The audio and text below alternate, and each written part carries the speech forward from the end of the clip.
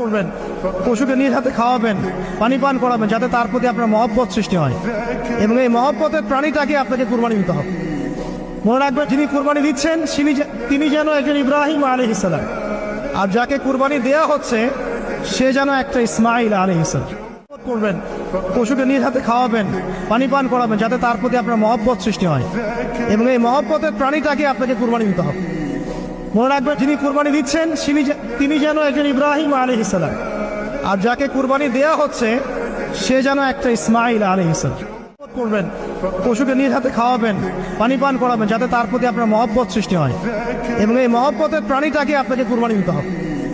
মনে রাখবেন, যিনি কুরবানি দিচ্ছেন তিনি যেন একজন ইব্রাহিম আলাইহিস সালাম, আর যাকে কুরবানি দেয়া হচ্ছে সে যেন একটা ইসমাইল আলাইহিস সালাম। করবেন, পশুকে নিজ হাতে খাওয়াবেন, পানি পান করাবেন, যাতে তার প্রতি আপনার মহব্বত সৃষ্টি হয় এবং এই মহব্বতের প্রাণীটাকে আপনাকে কুরবানি দিতে হবে। মনে রাখবেন, যিনি কুরবানি দিচ্ছেন তিনি যেন একজন ইব্রাহিম আলাইহিস সালাম, আর যাকে কুরবানি দেয়া হচ্ছে সে যেন একটা ইসমাইল আলাইহিস সালাম।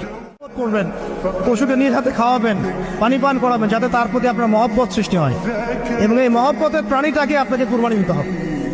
মনে রাখবেন, যিনি কুরবানি দিচ্ছেন তিনি যেন একজন ইব্রাহিম আলাইহিস সালাম, আর যাকে কুরবানি দেয়া হচ্ছে সে যেন একটা ইসমাইল আলাইহিস সালাম। করবেন, পশুকে নিজ